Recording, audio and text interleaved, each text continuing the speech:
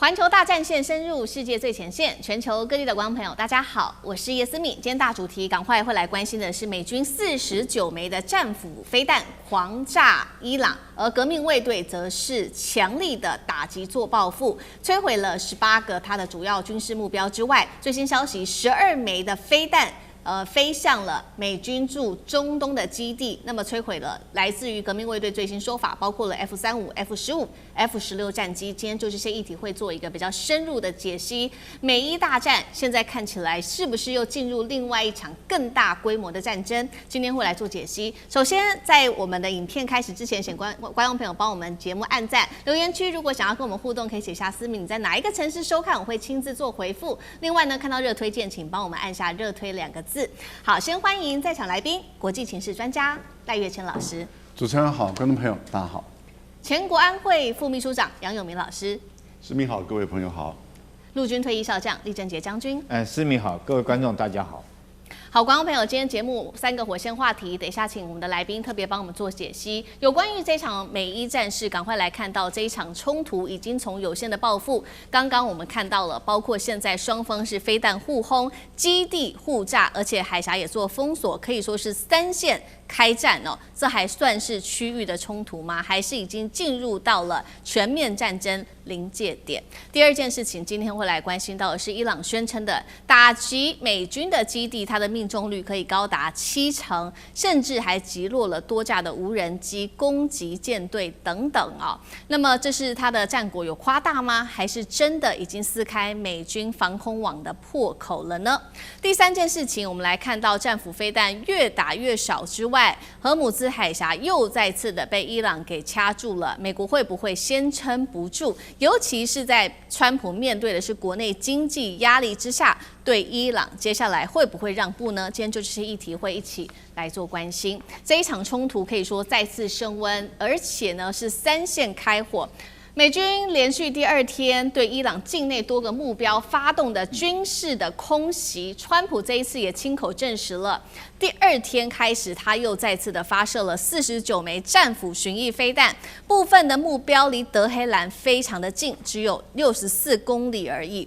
那麼，伊朗的軍事力量已經徹底陷入混亂，這是來自於川普的最新說法。他還說呢，伊朗已經被完全的擊敗。真的是這樣嗎？現在看起來完全不是這樣子。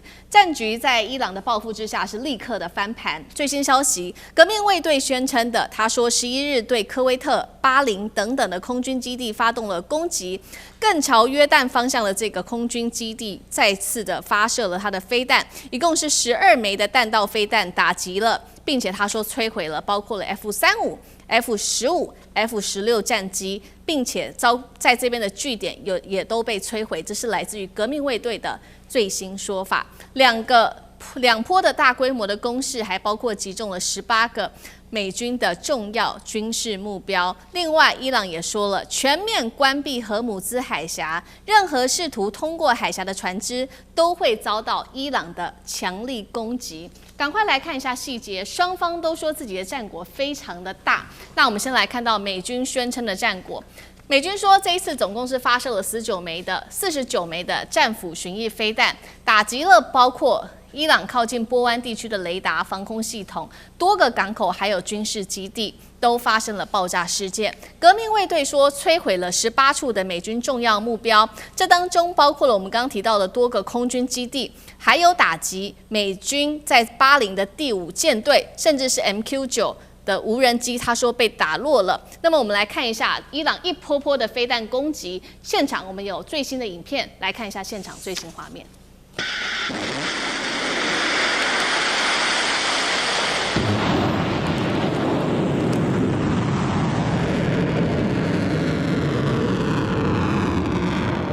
好，这是我們看到的最新伊朗的飛彈的攻勢哦。對於美國的基地做了飛彈跟無人機的這個行動，命中率伊朗說達到了70%。怎麼看？節目一開始來看這次美伊大規模的交火，而伊朗的總統已經說了，接下來不要只是這樣子平平的發展而已。他說，非戰非核的狀態已經太久了，代表美伊下半場要進入正式開打嗎？賴老師怎麼看？我覺得還不會啊。目前雙方的軍事的衝突有時升級，這是事實沒錯。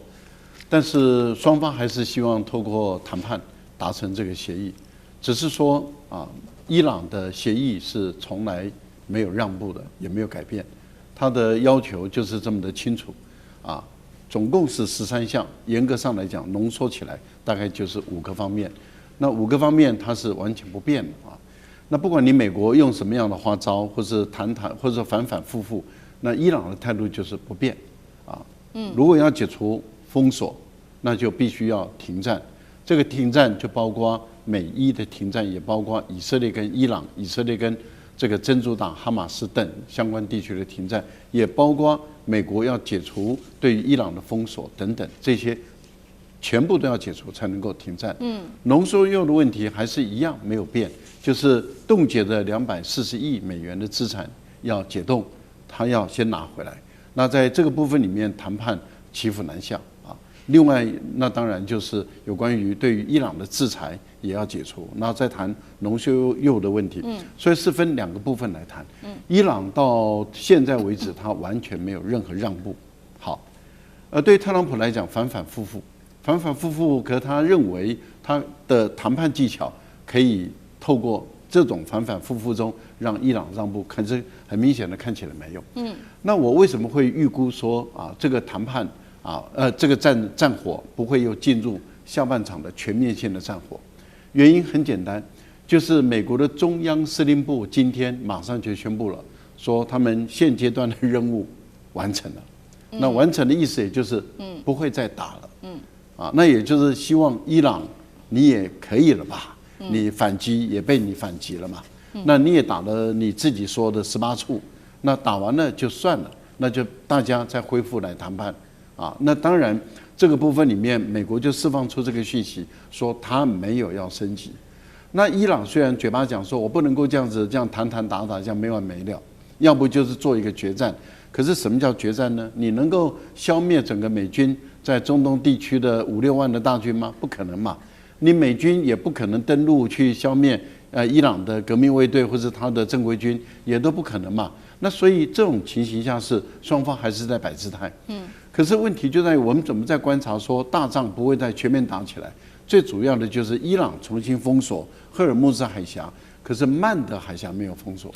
伊朗之前揚言說要同時封鎖2個海峽，如果美國再發動攻擊的話，所以很明顯的就是曼德海峽沒有封鎖，但是美國已經發動攻擊，這代表雙方還是留有一個餘地，就是要進入談判。好，那同樣的問題也特別請教酈將軍。那剛剛也說了，這個伊朗有宣稱，他說現在對美軍的打擊可以命中率高達70%。酈將軍又怎麼看？我特別要說哈，這個政治是指導軍事戰略，那軍事戰略它是指導你的戰場的戰術運用哈。同樣的，你的戰場的戰術才可以，你的戰術成功才可以支持你的軍事戰略。那你的軍事戰略達到你所望的效果，才可以支持你的政治上的談判。我覺得這是一個邏輯下來的。那我們現在先從最基層的戰術行動來看哈，從這次的戰術行動，很明顯的伊朗的反擊力道超過於美軍的想象。那我們看到這個美軍雙方從這個大概從前天開始了哈，這個從伊朗對這個以色列發射了導彈。然後也對美軍這個各個基地都實施攻擊，那當然美軍也實施反擊哈。對。可是從這個過程之中，你要知道我們看出一些端倪，跟剛開始2月28號開戰的時候，戰術行動是那時候可以說伊朗處於100%挨打的一個局面，是完全不一樣的。現在來講，在戰術上面，伊朗是可以說跟美軍打個互相一個平手，而且很明顯的在戰術行動上面，我認為伊朗獲得了主動。怎麼講呢？第一個，我們看昨天最新一個戰況是美國的一架，這次美軍之所以會對這個德黑蘭又發動了所謂戰斧型巡弋導彈的攻擊，主要是報復他那架這個阿帕奇直升機被擊落。但是你知道這為什麼阿帕奇直升機會被無人機擊落呢？我想這魔力就很大了。這依照伊朗的無人機見證者136，它是之前起飛之前我設定你的攻擊方向、飛行路線都設定好之後，它不會主動去找目標打，它就直接飛過去，然後自殺攻擊。它怎麼會那麼巧去撞到這個阿帕奇直升機呢？可見的伊朗這次的直升機上面裝了這種短程的空導彈。哦，那在戰術上面，這確實是一大進步。所以這就為什麼伊朗可以好幾次打中阿帕奇直升機，也可以打中 MQ9。我認為說是伊朗在軍事上面已經有一個創新的做法。好，那你軍事上有創新做法，再來我們看美軍這49枚的戰斧型巡弋導彈，這個發射出去，結果是不是這個只攔截了30%，有70%這個命中，我覺得可能性是很大。首先我要說，這個美軍的戰斧型巡弋導彈從開戰開始到現在，總共聽說他打了850枚哈，那如果再加上這49枚，幾乎是900枚，佔了美軍的庫存的1/3以上了。那尤其是戰斧型巡弋導彈，你不是在陸地上就能發射，你一定要裝在軍艦上面才能發射。那美軍是不是增加它後勤運補的困難度？你怎麼樣？這個軍艦要靠港才能夠重新補充彈藥。那這個愛國者攔截不了，那證明2件事情嘛。第一個就是你美軍這個沒有那麼多的愛國者，已經庫存快見底了愛國者。第二個是代表伊朗的這種導彈，這個確實不是吹牛的確實是有這個超高音速的能力。你美軍的愛國者不太容易攔截得到，因為愛國者攔截是物理撞擊，它就頭對頭要撞在一起。是，所以說如果它速度快，或者它具有閃躲能力的話，你沒辦法撞到它，你就攔截不了。這是戰術上面的行動。那在軍事戰略，我可以很斷言的講，這個伊朗現在的軍事戰略上面，它已經改採一種所謂的軍事追擊的一種態勢。所以軍事追擊不是真的是追着美軍的屁股後面打，那是戰場上追擊。可是就是很明顯，他已經看穿川普的手腳。你想要脫離戰場，想要退，那你想要退，我不讓你退，我就繼續用軍事攻擊你的方式，繼續再用零星的戰鬥把你拖在這個戰場上面，然後消耗你的戰力，然後。這個軍事戰略的目的在什麼？是達到他政治上面他談判他所要的。我們看一下，現在伊朗談判的要求已經不是剛開始簡單的原來美國所主動要求的，包括到這個核子武器或者是說美國所要求的政權更迭，或者是要求他對這個周邊的這種武裝組織不能夠再提供資源。現在變成伊朗正在主動在談了。現在談判的條件是什麼？伊朗談的就是說你要解除對我的這種經濟制裁，你要解除對我美元資產的凍結，要解除甚至於開放荷姆茲海峽。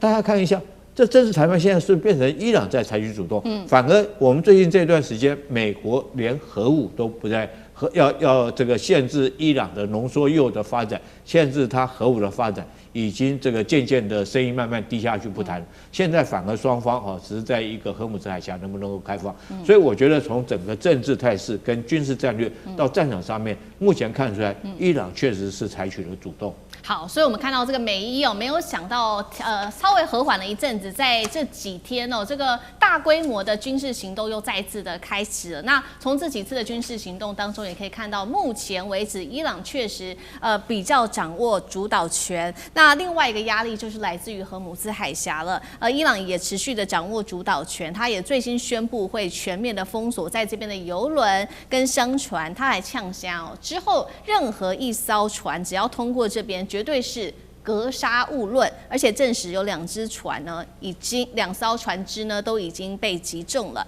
那如將軍剛剛也幫我們特別提到了，美軍現在面臨的問題就是它的飛彈的庫存了。美軍開戰到現在4週，消耗的庫存達到了850枚，佔中東庫存達到1半以上，這是他現在最要擔心的點。那楊老師又怎麼看？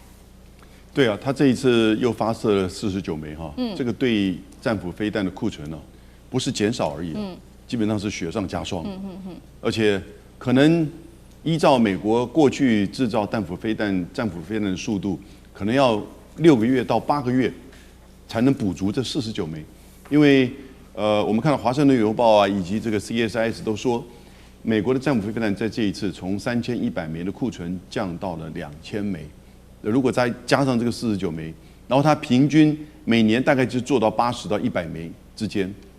然後已經跟日本說，本來要賣給日本的這個戰斧飛彈要延後3年，所以這49枚我覺得是他這一陣子很用心努力存下來的，然後呢看看是不是這49枚能夠發揮效用，我就是不了解他為什麼用49不用50，大概川普喜歡這個數字那所以你就卡在一個什麼東西呢？你就卡在一個硬實力的現實瓶頸嘛，也就是說。這裡面第一個是軍事上，你庫存掉得這麼快，然後呢，效益卻沒辦法得到，所以他很知道，你不管是做任何的這個攻擊對伊朗，你大概沒有辦法得到任何轟炸軍事上的效益。然後呢，現在另外一方面剛剛提到，這個油一直出不來，已經對美國的油價產生很大的衝擊嘍，大概已經漲了50%左右了，在美國這個油價。然後你看這2天5月份的 CPI 消費者物價指數來到了4.2%，這不得了啊！我們通常的理想狀態是2%而已哈。那上個月4月份的時候是3.8%，就已經超乎市場預期。那個時候，台灣人就現在很有感，股票掉一下子，然後呢，現在4.2%，你看到這2天又有一些影響，它聯動對整個這個影響，所以但戰斧飛彈越用越少，然後呢，這個油價越來越高，通膨越來越嚴重。那現在碰到一個什麼東西？一個心理的博弈。我們剛剛講的是硬實力的現實瓶頸，現在是川普那個小心裡面的博弈又碰到一個卡關。什麼意思呢？因為他想要爭取一個勝利協議，可是他沒有辦法去面對這個現實，也就是他軍事上失利了。而另外一方面，剛才提到的伊朗的回擊越來越有效，越来越有用，而且一直都很便宜，一個就是剛才看到那個畫面，無人機3萬塊美元，一個戰斧飛彈多少錢？1500萬美元以上啊！所以這就是一個比較，美國算一算這個數學，你就搞不下去。那川普到底他這個心理博弈能不能過自己這一關？所以他自己不斷的在自己放話，其實他自己在鼓勵他自己了，他不是在鼓勵美國人。雖然他講了37次，他講了37次什麼？快要成功，馬上要成功了，協約馬上要簽了，但是37次他又打了49枚，這種數字遊戲在他的口中不斷的在出現，可是呢，就把他逼到越来越困境的牆角。我覺得他一定要接受現實，物理現實，心理現實，經濟現實，趕快把那個合意談出來吧。好，謝謝楊老師。那我們休息一下，馬上回来。地緣政治、美中之爭、戰略價值、強權崛起、小國生存，現在與未來洞悉事件走向，掌握世界脈動，全球觀點盡在環球大